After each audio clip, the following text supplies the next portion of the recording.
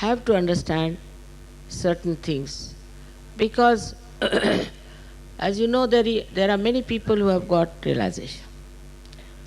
I don't know how many, I don't keep count. But what is lacking in them is surrendering. It's embarrassing to say, but it's a fact. This is the only condition of modern Sahaja Yoga, that you have to really surrender. If you start using your brain, if you start using other methods to understand Sahaja Yoga, you cannot. You must surrender. And as Islam is nothing but surrender. Islam means surrender. And if that surrender is not there, it is impossible to establish anyone in the kingdom of God.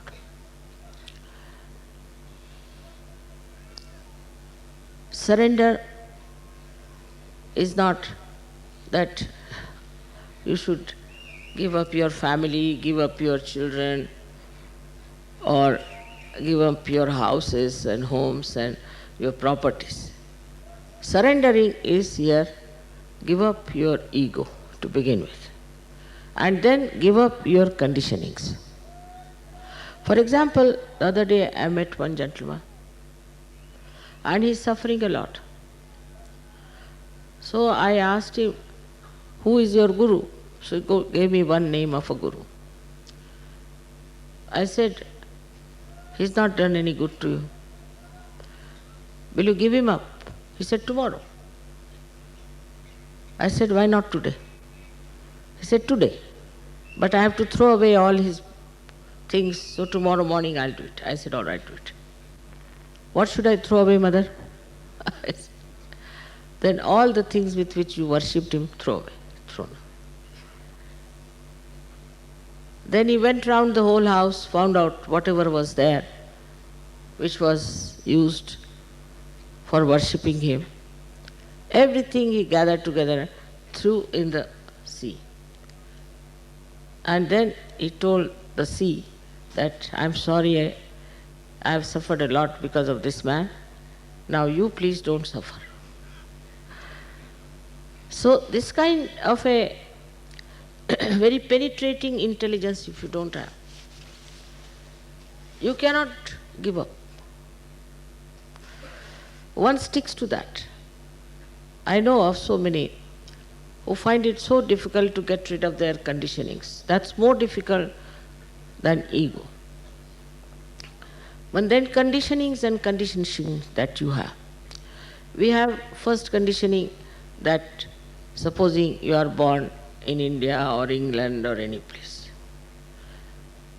After Sahaja Yoga, I have seen most of the people, they suddenly start seeing what's wrong with their countrymen, what's wrong with their country, what's wrong with their religion, what's wrong with the books they were reading. Immediately they start seeing it clearly that this was the mistake. This is wrong. They all make fun of them. I've seen people all over the world. Nobody says that no, because we are English, we are the best, we are Russians, we are the best, or we are Indians, we are the best. Immediately they find out what's wrong with them and why these people are not getting realization. On the other hand, they feel such compassion that, mother, so many people haven't got their realization. Why shouldn't we try to give them realization? This is the double action of this light. Firstly, you know that there is light and that you have become the light. So wherever your attention goes, you start seeing reality. And then you understand that this has been the conditioning of our country, of our society. And then they abhor all that is wrong. They never identify with it. But first thing, as I said, is surrendering. In surrendering, actually, you develop a kind of a state where I would say you become a sannyasi from within. That means nothing can dominate you. What is a sannyasi? Is a person who is above everything else. Nothing can stick to him. He just looks at things and he knows what it is. He may not say. He knows everything and he doesn't do whatever is wrong. He's so detached that in that detachment only he can see what's wrong with people. He starts seeing his family people, he starts seeing other surroundings, everywhere. He starts seeing what's wrong. And he does not identify with them. It's very surprising. I have seen it. I went to Turkey. In Turkey, I met one gentleman who was running a big Swiss hotel. And he came himself to me and said, "Mother, give me realization." I was surprised because I didn't see this in Switzerland, such a anxious personality would ask for realization. Very surprising that in Turkey he should ask for realization. And I gave him realization. And immediately he said, "I am not going to go back to Switzerland." Just imagine. You see, it is so clear-cut that this light definitely gives you tremendous wisdom and balance. Supposing you are walking and you can't see the road, you may fall down. But if there's little light also, you can see it. And this is what Sahaja Yoga has done. It's given you very little light. That little light itself has been sufficient for you to give up so many things. Now the other side of it is the ego part. Ego is very subtle stuff with human beings. I don't know how they gather it, but they do. And some of them have such a gullible ego that with the slightest thing it shoots off. And they get very angry for small things. Or if they find somebody whom they can dominate also that person.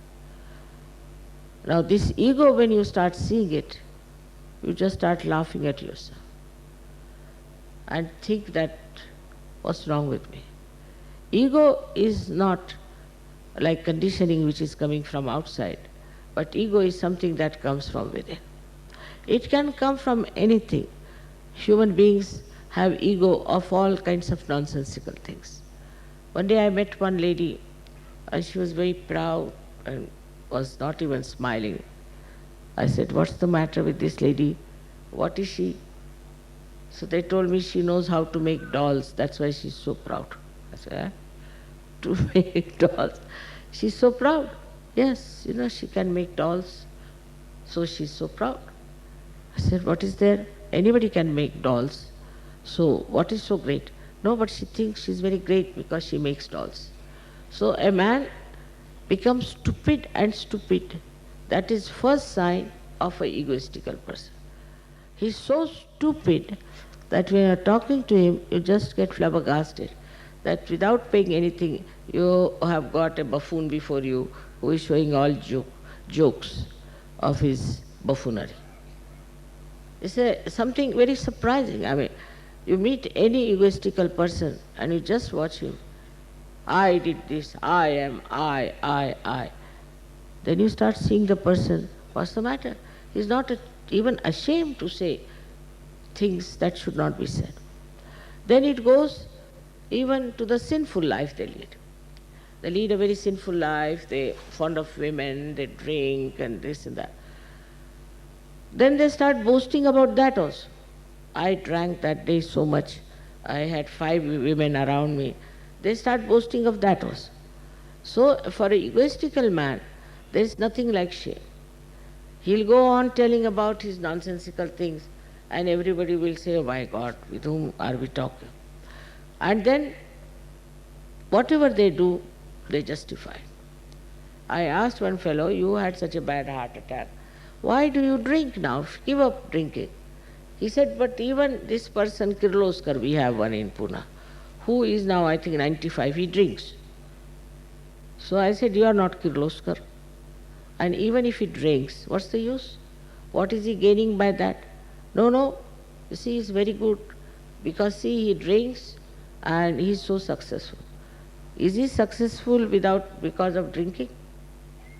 But even ordinary reasoning is not there. Ordinary reasoning. And in the general way, if you see, even if you see the greatest drunkard countries, I have never seen a statue of a man who died of drinking. Never. I have not seen in any country people are praising a man because he had 10 women or he died of drinking. So far. I don't know how far human beings can go in their ego. Now this ego is spreading very much in modern times, where they start saying, I like this, I don't like this. What you don't like? I don't like this kind of a sari, I don't like this kind of clothes, I don't like this. Well, who are you? You are not going to see yourself, others are going to see. So what difference does it make whether you like it or not? But it's very common with young people to talk like that, I like. And this is a sign of complete destruction. Because ego is not only makes you stupid. You see, all these days the way people dress up, and we find they are very stupid because I like it. So what? Anything they like it, if they want to walk on their heads, I like it. What's wrong? All kinds of stupidity can be explained through ego. So those who get realization, some or other, thank God, see it. This is my ego talking. Then they start laughing at themselves, making fun of themselves.